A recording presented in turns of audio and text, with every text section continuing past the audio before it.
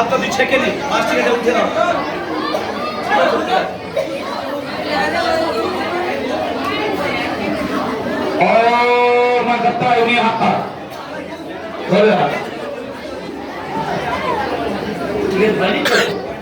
ভয় পাচ্ছিস কেন রে মা?